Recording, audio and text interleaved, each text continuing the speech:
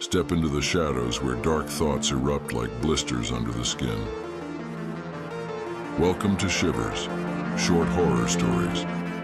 A journey through time, space, and the unearthly fates that lie in wait for us all.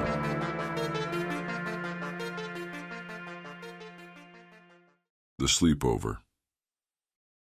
Tommy was 8 years old, spending the night at his aunt's place in the countryside.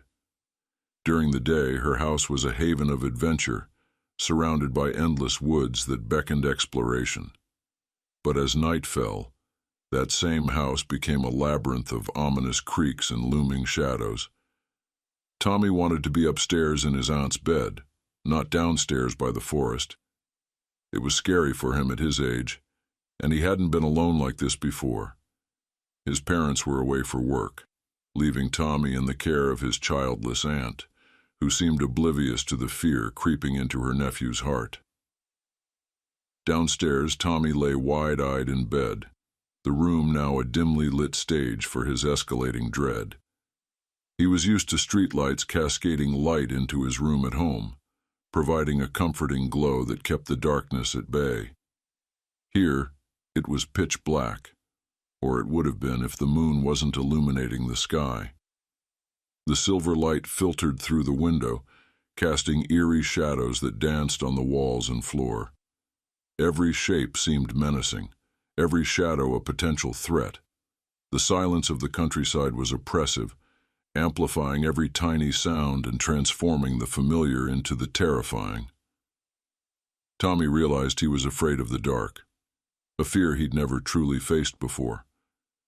At home, the streetlights made sure his room was never completely dark. Here, in his aunt's house, the darkness was profound and unsettling, pressing in from all sides. He was learning the hard way that fear in unfamiliar situations could be overwhelming. But as his fear grew, he began to wonder. What was worse, the fear itself or the actual danger lurking outside? The first howl shattered the silence, a primal scream that cut through the darkness.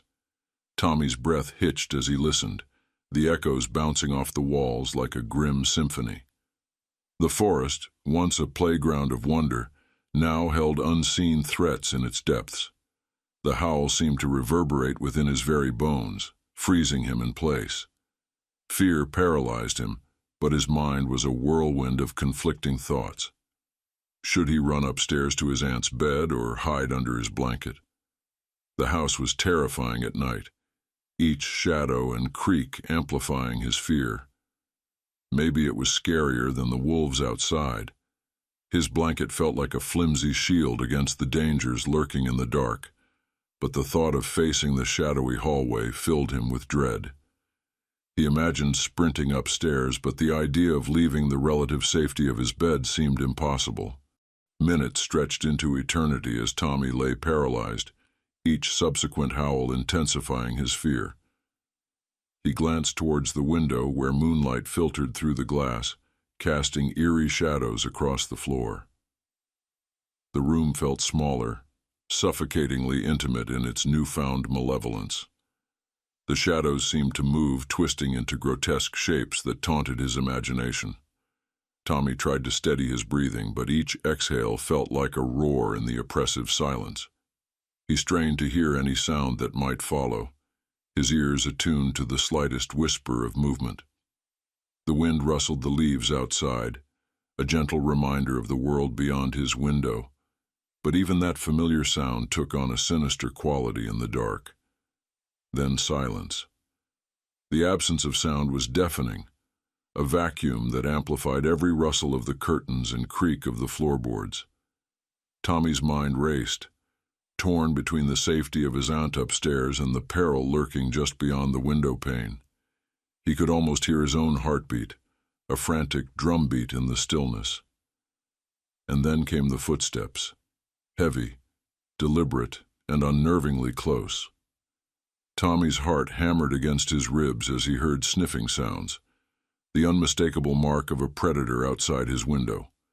Fear gripped him, icy tendrils constricting his chest. He imagined the creature outside, its breath fogging up the glass as it searched for a way in.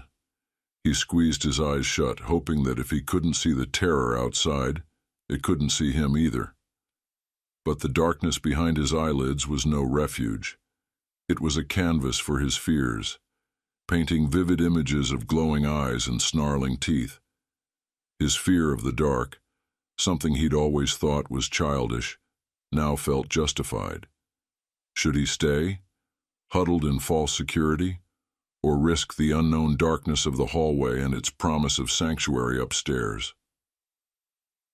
The decision hung in the air like a guillotine blade, poised to sever the fragile thread of Tommy's resolve.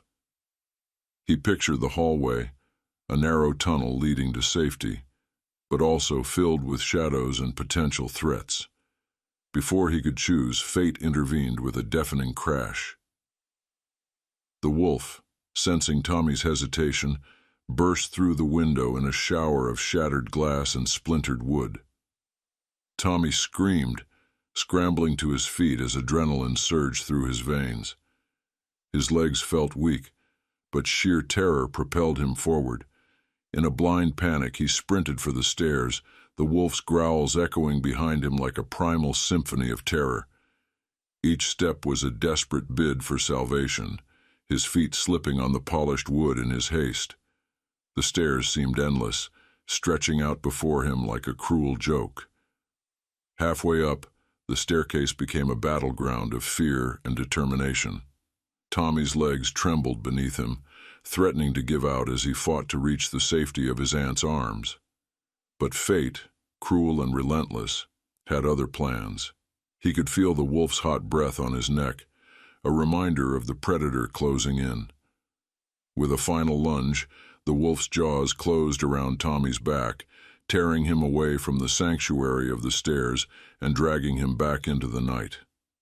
His aunt's horrified scream echoed through the house, a desperate plea that fell on deaf ears. Outside, the forest loomed in silent witness to the tragedy. Tommy's fear of the dark ended up paralyzing him into harm's way.